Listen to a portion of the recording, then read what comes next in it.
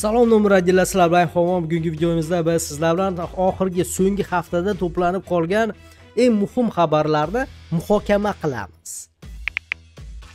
O'zbekistonlik taniqli jangchi UFC'da urushni, jang o'tkazishi mumkin va xullas yana bitta o'zbek umuman olganda UFC'da oq bo'ri taxallusi bilan tanilgan Xotanbek Boynazarov o'z Instagram sahifasiga UFC'ga o'tganligi haqida namyoq qilib boshladi. Ya'ni Dana White va UFC'ning akkauntlarini, profillarini belgilab Instagram sahifasiga yaqinda Bakuda yoki Abu Dabida tez orada ko'rishguncha deb ularni belgilagan. Va albatta uning muxlislari, obunachilari Boynazarovni o'ylashdiki, что u UFC'da jang o'tkazmoqchi yaqin orada.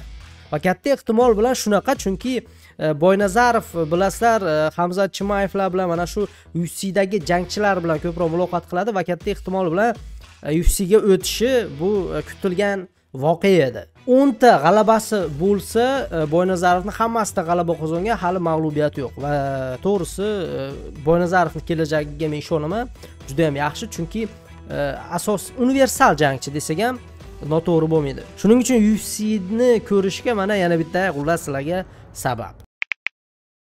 UFC 314 do'stlar, 13-aprelda, ya'ni ertaga yakshanba kuni ushbu turnir bo'ladi va bu turnirda to'g'risi juda ham qiziqarli janglar bor. Bilmadim qanday sizlarga ta'riflasa bo'ladi, rostdan ko'rib, turib, ko'rishga arziydi. Agar sizlar ma'lumotinglar yo'q bo'lsa, bu turnir haqida, demak, eng qiziqarli janglarni, qaysi janglarni ko'rishni tavsiya etishimni eshitinglar. Yarim yengil vaznda Volkanovski va Diego Lopes degan jangchilar jang o'tkazadi. Ikkalasini jangi juda ham qiziqarli. Volkanovski sobiq chempion, ko'rishga arziydi. Haqiqatda qanaqadir qonli jang ko'rsa kerak. Yengil vazndagi jang Michael Chandler va Pimbletni jangi. To'g'risi uni oldinlari yosh Conor McGregor deb atashardi. Endi hozir sekin-asta bir nechta jangda mag'lub bo'lib ozgina o'zini bosib olgan, lekin bu jang do'stlar juda ham qiziqarli bo'ladi.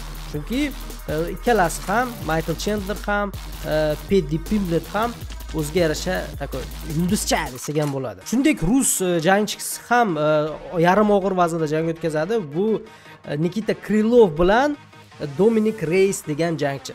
Dominic Reyes bir paytlar Jon Jonsga qarshi jang yutqazgan va mana shu yarim og'irda ham mana shu jangni ko'rsak arziydi deb o'ylayman. O'zi asosiy kartdagi barcha janglarni ko'rishni tavsiya etaman. Agar iloji bo'lsa, vaqtingiz bo'lsa, butun kartni, hamma jangni ko'ringlar. Chunki mana shunaqa turnirlarda kichkina kartda urushadigan, jangni o'sha turnirning boshida urushadigan jangchilar o'zi odatda ajoyib janglar ko'rsatyapti oxirgi payt. Siz bu turnirda qaysi jangni eng ko'p kutmoqdasiz? Masalan, men Chandler va Pimbletning jangini juda ham kuchli kutmoqdaman. Albatta Volkanovskining jangi ham menga qiziq. Shahram G'iyosovni ertaga jangi bo'lib o'tadi. Ular Tarozidan o'tishdi, hammasi yaxshi. Demak, Tarozini amallashdi. 149 pounds for Giyasov, 149 for Shakram Wonderboy Giyasov. As he faces off against the Argentine, who is fighting outside his home country for the first time.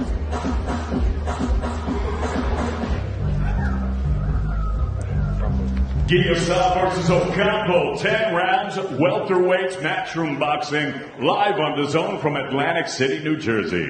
Uning raqibi Franco Maximiliano, argentinalik jangchi. Xullas, raqibi mana shu, o'ylaymizki juda ham qiziqarli jang bo'ladi. Shahramga g'alaba tilab qolamiz. Biz doim Shahramga balet qilamiz, chunki haqiqatda kuchli jangchi do'stlar. Juda ham kuchli, formasi juda ham ajoyib. O'shanga ertangi jangida demak kutamiz. Yakshanba kuni ertalab 5:30da ushbu jang bo'lishi kutilmoqda. Taxminan mana shunaqa vaqtda kimdirga havolalar, mana bu turnirlarga hammasiga havolalar kerak bo'lsa, Telegramga o'tamiz va ko'ramiz. Shuningdek, Telegramda do'stlar bonuslar bor. 10 million so'mga ega bo'lishingiz mumkin. iPhone promokodidan kirgizib, ro'yxatdan o'tsangiz kerakli saytlarda. Hammalarga omad tilayman, chunki omaddan boshqa hech narsa yordam bermasligi mumkin. Bizda esa do'stlar, xabarlar mana shulardan iborat edi. Mana shularni sizlarga ulashay dedim. Ertaga, xudo xolisa, janglardan keyin sizlar bilan yana ko'rishamiz, chunki ko'rishmasak bo'lmaydi. Hammalarga omad, ko'rishguncha.